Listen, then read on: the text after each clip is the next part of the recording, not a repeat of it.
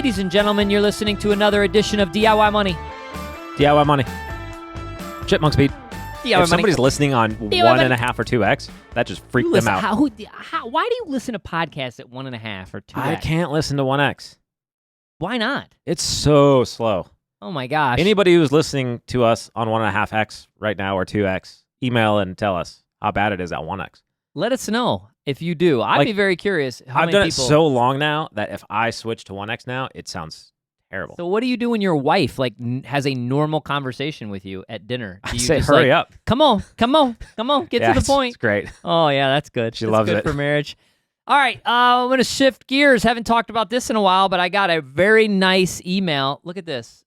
Oh, if you're driving, you're not knowing what I'm doing because you're not on YouTube. DIY Money on YouTube, but we have the book DIY Money, which is I didn't jump the price, but it's $9.99. It was like $3.99 or $4.99. That Amazon algos? I don't know, but Bezos needed money for his rocket added fuel? They added it to the like if you pay for a service or something like Amazon. I don't know, Prime Plus or something. Yeah, we're definitely optimizing this, aren't we? Well, I don't know. I mean, listen, I have no idea. I just know that we get, people buy it on occasion, but I get very nice comments. So look, it doesn't look all that in depth because it's not. It drives me nuts when you buy a book and the first 4 chapters tell you why you should read the book and why you bought the book. You just get to the point. So I got to the point, and this is a great opportunity to, if you are looking at getting on a budget, starting a budget, and it's infused, of course. I couldn't write it without some motivational aspects and sort of some, things to think about. But you can check that out. Check out DIY Money, the book, on Amazon. And again, I thought it was like $3.99. That book. This book is personal finance 2x compared to normal personal finance books. Wow. It doesn't have all the fluff. There you go. That's like listening to your podcast. Oh, yeah. There you go. Well, and I've been encouraged to do a reading of it, to do it on Audible. So I will do that, and then I'd be curious to see who listens to that in 1.5. Will it be dramatized? Oh, or I just will absolutely dramatize it for sure. I can't wait. Oh, it's going to be amazing. Maybe I'll have Jordan put sound effects in there as well. That'd be awesome. Just like, random I was explosions. out running, and like, get out of the road.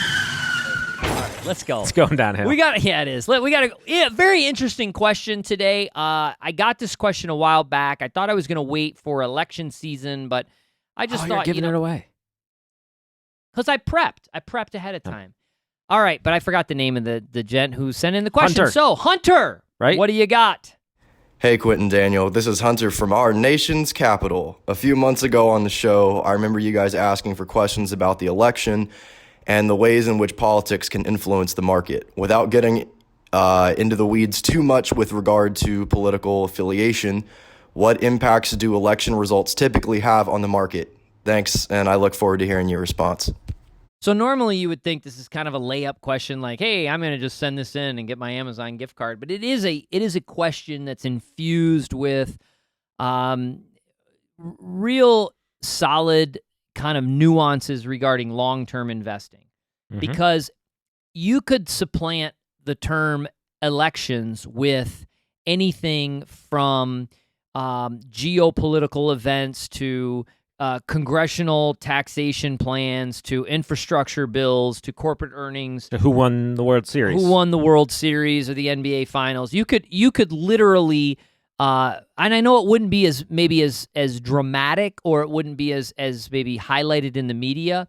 But the reality is, Hunter, you in your investment career are going to be faced with these massive events that are always going to try and derail your long-term investment objectives. I cannot tell you over the last 20 years how many times events have transpired or are about to transpire that have created such noise in my ears as to attempt at derailing a well-thought-out investment plan or strategy.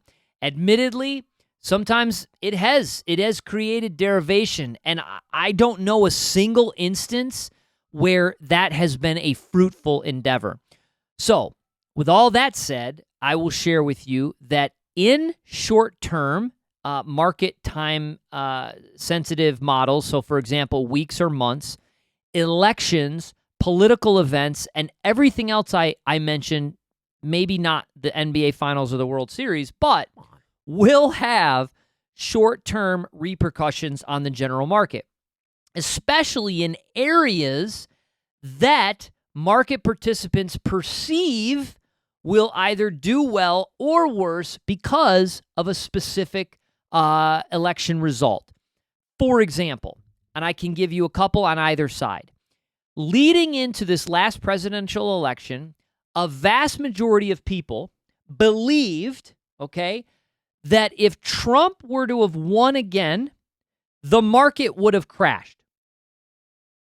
In addition, because of the challenges we were seeing in our country and kind of the political back and forth that was transpiring.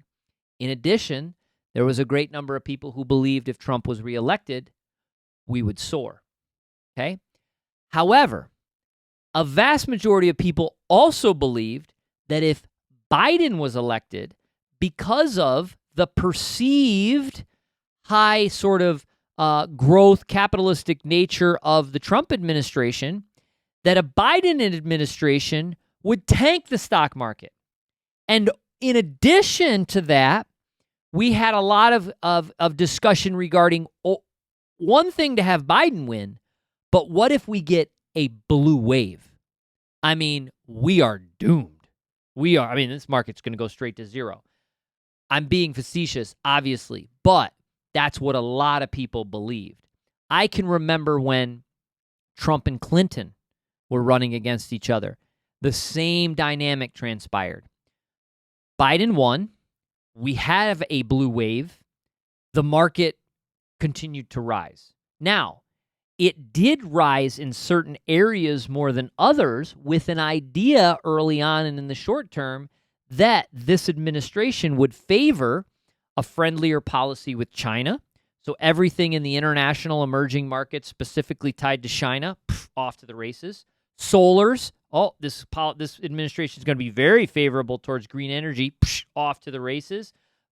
Cannabis, marijuana, for sure, we're going to stamp this thing, off to the races. And that lasted all of what, 3 months, 4 months? About 3, 4. And then almost every single one of those sectors came all the way back down. Mm-hmm. The reality is that when you back this out, there's very little evidence, real evidence, to say that one administration has a significant change on the overall economy and the stock market than another. And here's why, Hunter. All of those organizations are run by capitalist businessmen and women that are going to adjust to the environment and the game rules at the time. It's very simple.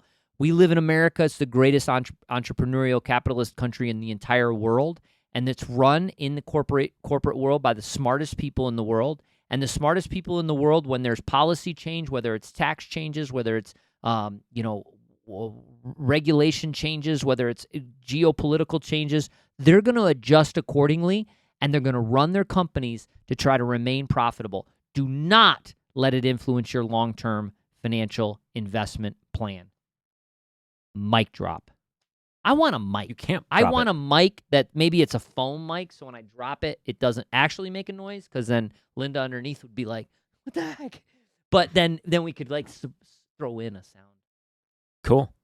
What do you put got? it on the list? What do you got, Daniel? Yeah, in the short term, the stock market is a voting mechanism, and people throw money around or position themselves based upon their beliefs of what the future entails. And so, as you really well pointed out, for the election, you had people on both sides of the camp, and they're basically fighting back and forth. And then when the actual when it goes from expectations to reality, then people reposition based upon where they think things are going.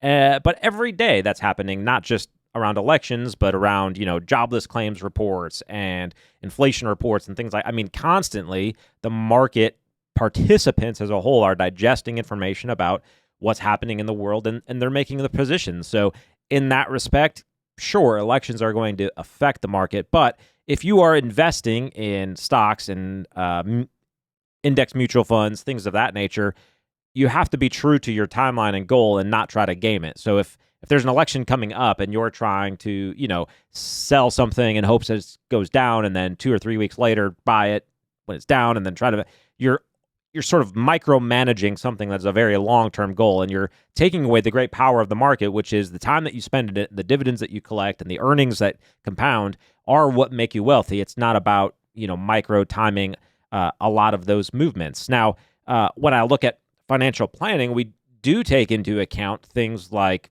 what we do know is coming up on the horizon as far as legislation and tax changes and things like that. So sure, right now, if I'm sitting down with somebody, but not from a market perspective. Not from a market perspective. We go from a planning perspective. So like we know that the Tax Cuts and Job Act exists, right? And it reduced income brackets for a season, and that unless Congress does something, that will sunset. So it'll kind of unwind itself over time. And so we project that out, and we might make recommendations and decisions with the disclaimer of we don't know if it's going to be sunset or not, but based upon all the information we have right now, this is the trajectory, and because of that, we would do planning this particular way. But we're not saying let's rotate out of, say, the S&P 500 fund and into bond funds right now because of this person being elected, that person being elected. So we're dealing with the realities, not the speculations around what could or couldn't happen and how that might extrapolate in the market. You're basically trying, when you do that, it's a coin flip on who wins the election. It's a coin flip on whether or not the stock market goes up and down. It's a coin flip on whether or not you can time it to get back in correctly. And so when you take these multiple coin flips together, you're actually reducing your probability with every single one. To try to get one coin flip right is a 50-50 chance. To try to get the second one right consecutively is now a 25%, and you just keep going down the line. You really have to make a series of decisions really well to really make money off of that. Now, I can tell you that you went down this path very well, that you may see something very clear and you may desire to take action.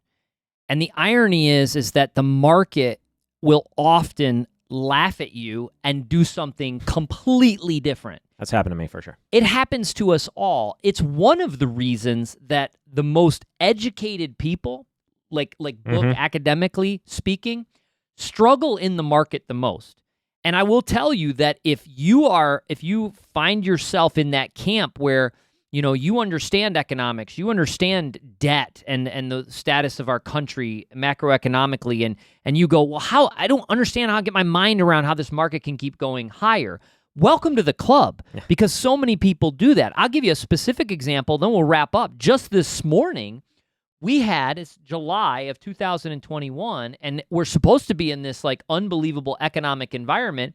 We had first-time jobless claims much higher than anticipated. What does that mean? That means that more people filed for unemployment for the first time in an environment where we can't find enough workers. Yeah. So how is that? Now, your conventional wisdom might say, oh my goodness, jobless claims are up, this market's going to get killed. The irony is that because jobless claims are up, more than likely the Federal Reserve, whose mandate is it to try and keep peak employment, they're probably not going to raise rates. And because they're not going to raise rates, guess what? That's good for corporate profits. Stock market up. Totally unconventional. You're like, wait a second. We have more people unemployed and the market just went up? Yeah, welcome to the club. That happens all the time. So again, Hunter, it's good to understand, good to follow these things, I think. Fun to watch and, kind of do all this. But please, please stay out of the trap of allowing this to influence your long-term plan. The last thing I would say is because it's a short-term voting mechanism, I love what Daniel used there, as you get closer to retirement, that's why you naturally take risk off the table. The longer out, you have more time to let time and probabilities work to your advantage and compound interest. As you get closer to needing that money, you have less time. It's one reason why we say big financial decisions 2 to 5 years out, probably don't want any market exposure at all. Because again, if something adverse happens in that short period of time, you don't have the time to make it up. Great question. Thank you, Hunter. We will send you a $25 Amazon gift card. If you're new to the show, tell your friends about the show for sure. But if you're new to the show and you don't know what's happening, if you send us a voice memo, podcast@DIYmoney.org, and we use it on the show, we'll send you a $25 Amazon gift card. It's as simple as that. Boom. Check us out on Insta, DIY.money. Check us out on Facebook. You got to search for the DIY Tribe. It's rocking. And Twitter @TatroTalk and @DZulno, C like cat, Z like I got to change that. Zebra, blah, blah, blah. Anyways, whatever. Bummer. So check us out. Listen, friends, the secret to wealth is pretty darn simple. Live on less than you make. Invest the rest for a very, very, very long time. Make it a great one.